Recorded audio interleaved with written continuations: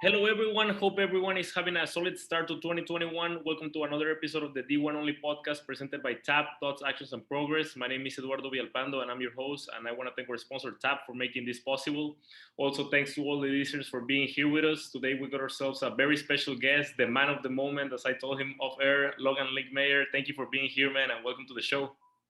Thanks for having me, man. I appreciate it. Yeah, for sure. Logan is originally from Indiana. During his time in college, he attended Northern Kentucky University, where, aside from just being a student, he did an internship with the athletic department, including helping out with the edits for the men's basketball team. He's now one of the most popular photographers slash videographers in the NBA, and he's also D'Angelo Russell's content creator. So, just congrats on a great career so far, man. What a ride it's been. I appreciate that. Thank you for all the kind words. So, do you consider yourself a photographer or a videographer more so?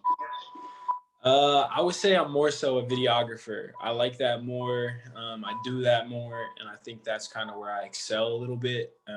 But I feel like nowadays, everyone, if you got a camera, you're automatically like into that like realm of your photographer. So I just get that kind of as well. Yeah, for sure. We'll get into that a little bit more as we go on in the episode. But I guess let's just start talking about your early days prior to Northern Kentucky. How did the passion for the business begin for you? So it's funny because I went to NKU and I started in accounting, and accounting did not go well for me. And I made this fake ESPN 30 for 30. I did like a remake of it of one of my friends who was hooping in the rec, and it was just like a real funny video, and everyone saw it. Everyone started laughing, and like it just brought me joy because it was just funny and like it was pure. And so I was like, man, like let's do this. And I had some like prior video like experience in the past. I did some stuff in high school, and so I was like, screw it, I'm just gonna make that my major and then see what happens. And then it kind of just one thing went to another.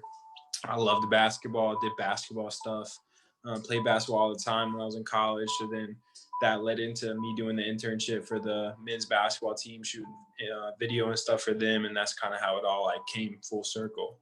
Okay, and when did you actually start to learn all these technicalities? Because I mean, of course, it's never as simple as just grabbing a camera and start taking pictures or videos. We're actually having to find angles and take courses and all of these things. Because I remember when I interviewed you a couple of months ago for Babel, you told me that you will actually stay awake until like 4 a.m. every night, just trying to learn more and more from just like the business in general. So, for how long did you do that? Do that? For sure. So that kind of started for me when I graduated college, because I actually started like figuring out and trying to find who I was and what I wanted to become. So college kind of got me so far, but then after I graduated, it was kind of just like a eye-opening moment of like, okay, what's next? And so I started traveling a lot more and like trying to see the world. And that was kind of when I started sitting down on my computer and just YouTubing, like, how do I do this effect? What makes a good videographer? What do you have to do to get a good shot? Like all sorts of crazy stuff that kind of like helped me develop over time. But that was for sure like the year after I graduated college was when I first started like diving into all the technicalities and how to really grow. And then obviously now it's a realm just like life, like it's forever learning, forever growing. So I'm still on YouTube all the time now learning stuff. I'm still, trying to reach out. Like just the other day, I reached out to Yazoo, who was Willie Cauley-Stein's guy, who I became good friends with. I reached out to him about some stuff that he was making. We had like a 2-hour conversation over text just about different stuff. So it's just a realm you always got to learn and always want to learn. And that's just what makes it fun. Yeah, always becoming, never arriving, right? Yeah, for sure. Yeah, so this is kind of a two-part question. Why did you choose Northern Kentucky? Which I mean, you're from Indiana, and you basically went to a small Division I school to go to college. And also, did you know that by going there, you were going to improve your video and editing skills, or is that something that just happened as time went by? Because as you were telling me, you started in accounting, but then you switched majors to I think electronic media, right? Yeah. I went to NKU. Like in the beginning, it was just my sister was going there, and so my parents were kind of like wanting me to figure out where I wanted to go. So I was always going on visits with her. I was doing all this stuff. So like the first week of my senior year of high school, my parents were like, "Where are you gonna go to school? Like you should be thinking about this." So I was just like, in my head, I was just like, "I'm gonna get them off my back. Screw it, I'm going to NKU." Like that was the easy answer. And then one thing led to another. Things just started working out to where it was like, yo, I'm really going to go to NKU. And then when I got there, like I said, I wasn't not going there for videography. I didn't even think, when I was a senior in high school, I didn't even think you could do videos for a living. Like if I would have told myself then what I'm doing now, he would have been like, you're lying. Like there's no way. Because where I'm from, doing what I do is just not normal. Like you're either a farmer, you work a 9 to 5, like nobody really does anything different. And so I would have never believed it because I had no idea that existed. That's really dope, man. And it's crazy to me actually because the fact that you started in accounting and then switched up drastically to electronic media, like it had to be like a huge decision for you. When did you do this? Like after your first semester freshman year? So my first semester freshman year, I think I took electives, and then my second semester was when I first took accounting, or maybe I did my first semester. I can't remember, but I knew halfway through in my accounting class, I knew I was like, this is not for me. And so I be in there at midterm. And so I actually did not go to the third and final exams because I was like, I knew that I was like, this is not for me. Like I might as well focus on my other classes and other stuff because I'm not doing accounting. And so I actually it was the only class I've ever failed in college was actually failing accounting because I just didn't show up to the final exam. That's crazy, man. But so at the same time, as you were telling me, you started doing the internship with the athletic department, which was like basically making edits for the basketball team. I think I was checking out your Instagram when I was doing research for the interview, and I also saw like one. I think this was like your freshman year, like way before that, when you were like doing the Zion Williamson mixtape of just his high school highlights. Yeah. So I'm a big Duke fan. So I actually made that like the day he committed to go to Duke. So I was like, boom, like I'm just gonna throw some stuff together. I'd never done like a YouTube edit before where it's like I'm gonna get clips off YouTube. So I was just trying something different. I hate the video. Like I think someone sent it to me the other day and I watched it. I was like, wow, this is so bad. Like things like in the moment, I was glad I did it because it was just creating, and that was like the freedom back then. You could just create whatever you wanted because there's no pressure at all. Yeah, I mean it's not bad, but if you compare it to what you're doing now, of course, it's like there's like a big change, you know.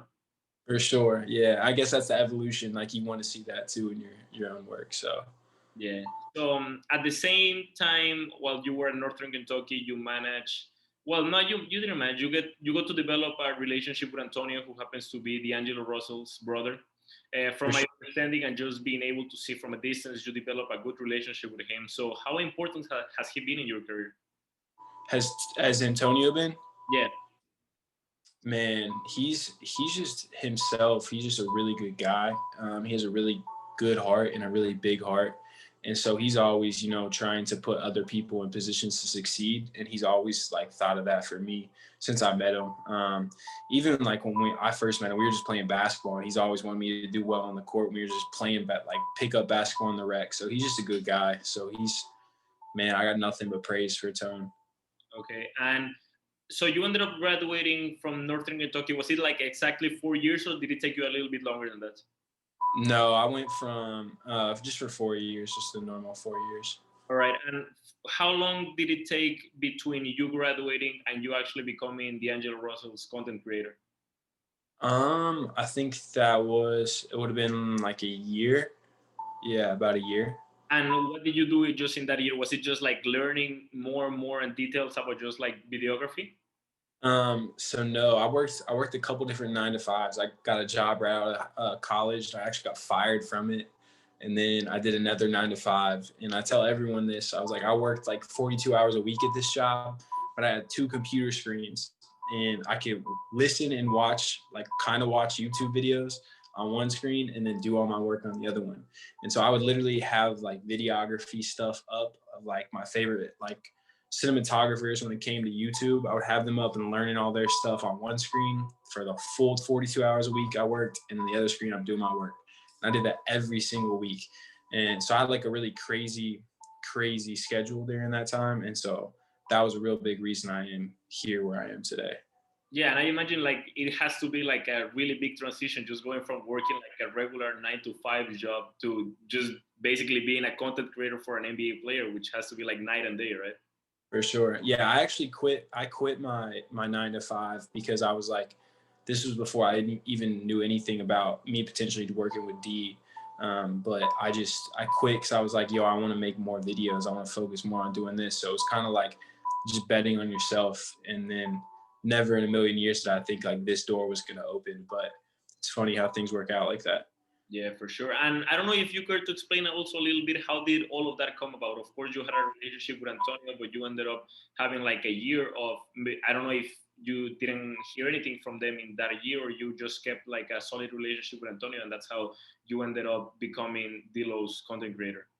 No, so I actually just started doing my own stuff. So when I graduated, like I said, I started traveling more. So when I quit my 9 to 5, I had like saved up enough money so I could travel with one of my friends because I really enjoyed traveling.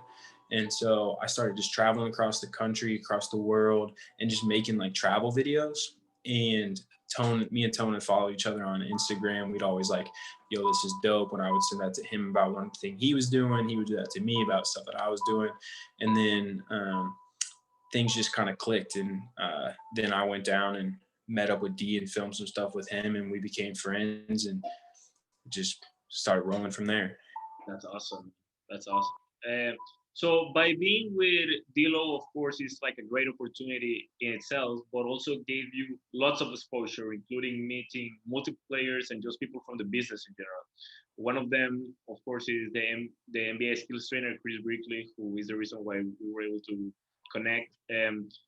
So from my understanding, you got to meet him during one of Dilo's workouts in Florida, and then you got to spend a week or so with him in the city. So I don't know if you care to talk a little bit about that experience, as well as just giving an advice to all the people out there about the importance of developing relationships and just connections in general. Because I think in the world we live today, sometimes it's not like what people don't understand is that sometimes it's not necessarily about what you know, but who you know, right? For sure. I mean, that experience was crazy. So, I mean, you just look at the people that I get to be around, like D'Angelo and Chris, like two of those guys, they both have some of the biggest hearts I've ever met. Like Chris, I mean, you can just tell in his posts and on some of the things, he's always shouting out people. He's always like showing respect and showing love. And he's one of those guys that has a really big heart, and he appreciates the people that, show love to him, and the people that, show like dedication to their work and take pride in their work. And he's just a good guy. So when I got to shoot some videos with him when he came down and worked out with D'Lo, and then we obviously clicked. We had that like similar mindset of just, being solid people. I got to go up and shoot some workouts with him and stay at his place. And it was just an inspiring week being able to be around someone that's so good at their craft and being able to be, at the top of their craft. And it's just an inspiring place to be, and to a great mind to be around.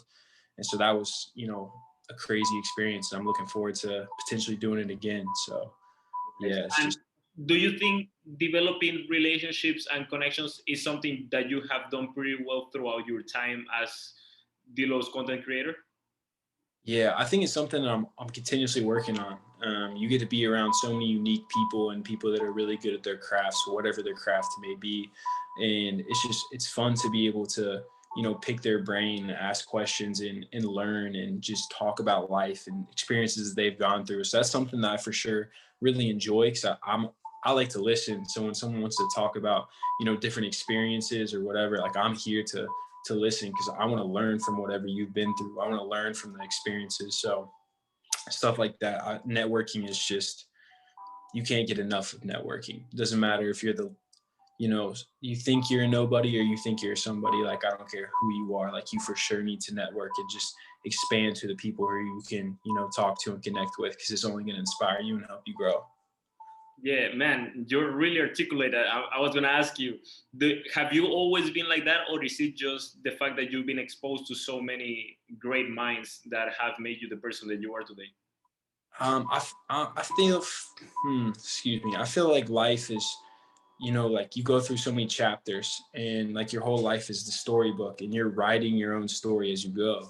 And so you're kind of just taking pieces of each chapter and making like who you are for that next chapter. So I feel like my whole life I've been growing into, who I am now. And so every little piece from my past to just like now what I'm doing now, I feel like all of it kind of is entwined, but it's just, like I said, it's just growing and continuously learning and how to, get better at the networking, get better at being creative and just all that kind of stuff.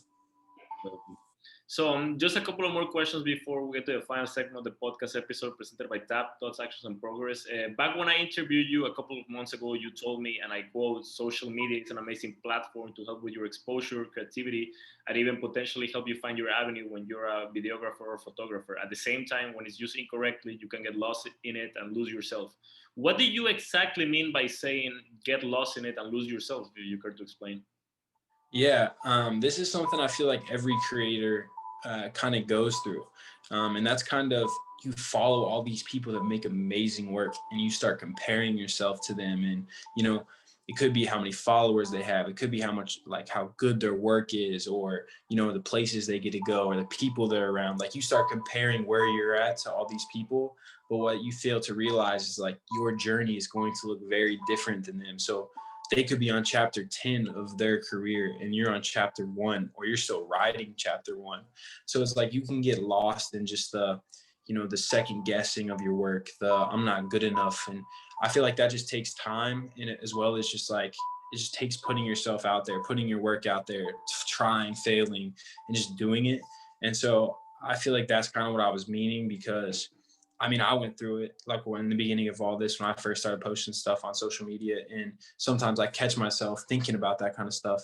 But in reality, it's like, you're not in competition with anyone. Like, the more you help and the more that people reach out to you and you share and just, give more than you get, it's just, it makes life so much better, and it's so much easier to just focus on the things that really matter in life. And it really isn't about the views or who's better or anything. It's just about sharing your art, and it's your art at the end of the day. So make whatever you want.